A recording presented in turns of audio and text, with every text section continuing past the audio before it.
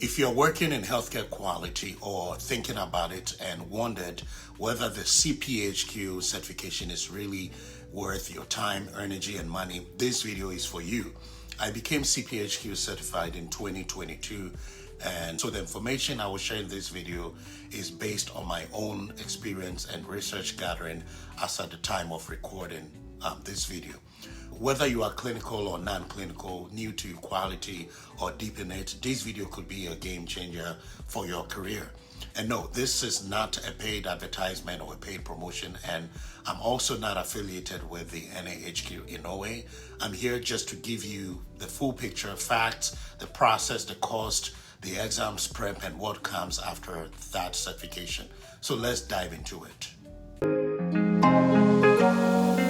So what is CPHQ? It stands for Certified Professional in Healthcare Quality. It is offered by the NAHQ, the National Association for Healthcare Quality. And CPHQ is the only accredited certification that validates your knowledge, your skills, and your abilities in healthcare quality across all settings, whether clinical or non-clinical. So whether you are working in quality improvement, data analytics, regulatory compliance, risk adjustment, case management, or patient safety, the CPHQ shows you have a nationally recognized standard of excellence in quality. And the best part is that you don't need to have a clinical license to be eligible. There's no RN, no MD, no MPH required. It's for professionals from all backgrounds who are serious about quality. So why bother? Here is what earning CPHQ can do for you. It sets you apart in job applications and promotions. It shows to employers you are committed to professional growth, and employers often prefers or requires it for quality roles. It also opens doors. Certified professionals often hold higher titles. Think of managers, directors, even VPs compared to non-certified peers. It builds confidence in your ability to lead quality work, and it also expands your understanding beyond your title or your role into systems, strategy, and improvement. Let's talk about impact. So according to the NAHQ's workforce report, CPHQ certified professional could earn up to $10,000 more annually compared to non-CPHQ certified peers in similar roles. Plus employers in managed organizations such as United Healthcare, Optum, Kaiser, Humana, Blue Cross and Blue Shield, just to name a few, often prefer or require CPHQ for higher level roles in quality improvement, in risk adjustment, in compliance, and informatics. When it comes to exam eligibility and requirement, there are no formal eligibility requirement. That's right. No degree, no license, no years of experience required to take the exams. But having at least 2 years of experience in healthcare quality or related roles, and from my own experience, I would say don't take it lightly. It's a rigorous exams, but it's doable with the right prep and also with the right mindset. Regarding the exams content, as of 2023, the CPHQ exams is structured around 4 core main domains. Number one is organizational leadership, which is 22% of the exam's content. This has to do with strategic planning, culture, performance improvement frameworks. The second domain is healthcare data analytics, which is also 22% of the exam's content. This deals with data collection, measurement, benchmarking, and interpretation. The third aspect is performance and process improvement, which is 26%, a huge area in the exams. This deals with Lean, Six Sigma, PDSA, root cause analysis. And the fourth area is patient safety and regulatory or accreditation. That is 30%, and it carries, the greatest chunk of the exam. This has to do with risk, compliance, accreditation standards, as well as patient safety events. So the exams itself is computer-based with 125 scored multiple choice questions and 15 unscored pre-test questions. So you get 3 hours, which is 180 hours to complete the test. Now, you can take the CPHQ exams year-round at a testing center or online via remote proctoring. It's often through the PSI exams, and when it comes to exams, you need to follow the rules. You have to be very disciplined or you're going to be disqualified and you lose your money. With cost, NAHQ members pays $479. If you're a non-member, you will pay $599 to sit for the exams. If you're an international candidate, you will pay $695. You need to register online or at the NAHQ website, and once you are approved for the exams, you can schedule your exams with PSI within 90 days. Now, how do you prepare for the exams? And this is the most important aspect.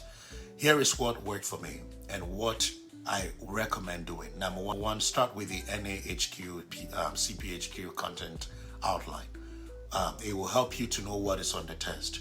You also need to use trusted study guides like HQ Solutions or the NAHQ prep materials.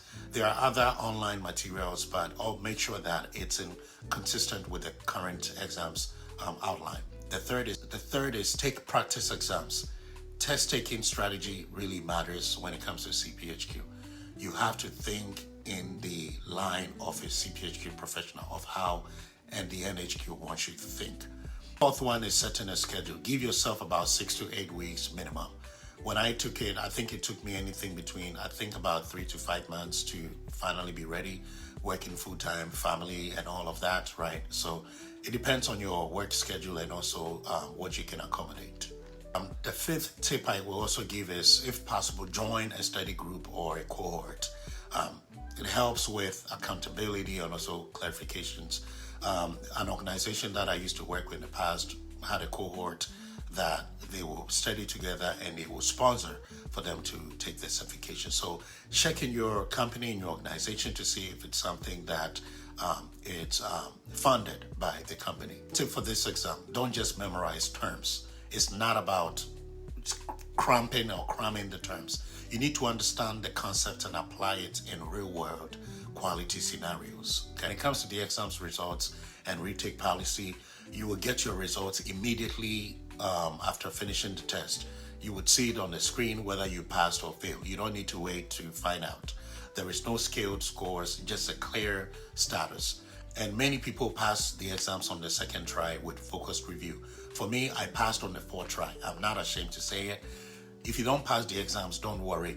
You can retake the exams after 90 days waiting period. And you have to pay the fee again, yes.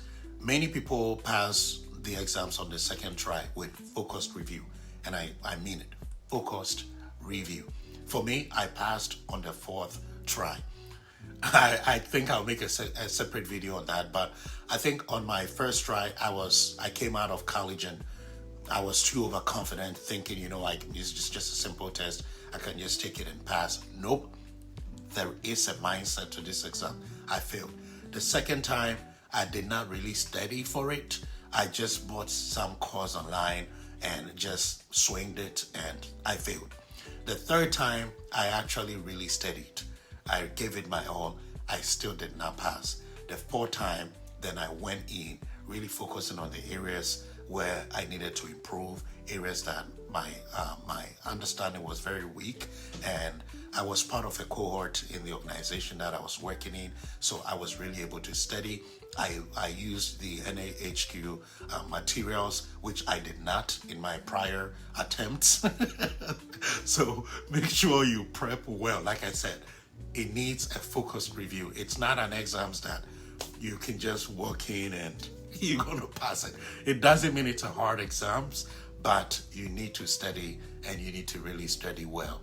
Regarding certification validity and renewals, once you are certified, your credential is valid for 2 years. And for you to renew it, you need to complete the 30 continuous education hours related to healthcare quality. At least 8 hours of those hours must be NAHQ approved. Or you also need to pay the renewal fee. Currently, it's around $175 for members. I think for non-NHQ members, it's probably more, maybe $230. There is no retest. Just submit your CE, which is the continuous education, and your payment, and you're going to be recertified. Now, this is the huge part: career impact and salary potential. Let's talk about numbers. According to the NAHQ data, CPHQ professionals earn on average $87,000 to $105,000 plus, depending on experience, depending on your location or your region and the role. Many senior roles like quality improvement manager, risk director, or risk consultant list CPHQ as a preferred or a required cert. This certification is recognized nationwide and is also recognized in other countries internationally as well. So it's not just the letters behind your name, it's the leverage that it provides. So is it worth it? In my experience, absolutely yes. It helped me level up in my career, earn more, and also be able to do more impactful work in quality. But more importantly, it showed me what is possible when you invest in yourself, and you have to be humble to go through the process to study and invest in your knowledge and understanding, okay? If you are thinking about a long-term career in healthcare quality, CPHQ is a powerful next step for you. And again, I'm not here to sell anything to you. I'm not here to, try to convince you. Obviously, do your own due diligence and see if this aligns with you. I'm just here to equip you with the information I wish I had when I was exploring this path, like maybe 6 or 7 years back. If you find this information helpful, hit the like button and subscribe, and also share this video with someone in your network who is serious about quality. And drop your questions in the comments, and I will be happy to answer everyone. You've got this. Keep growing, and I will see you in the next video.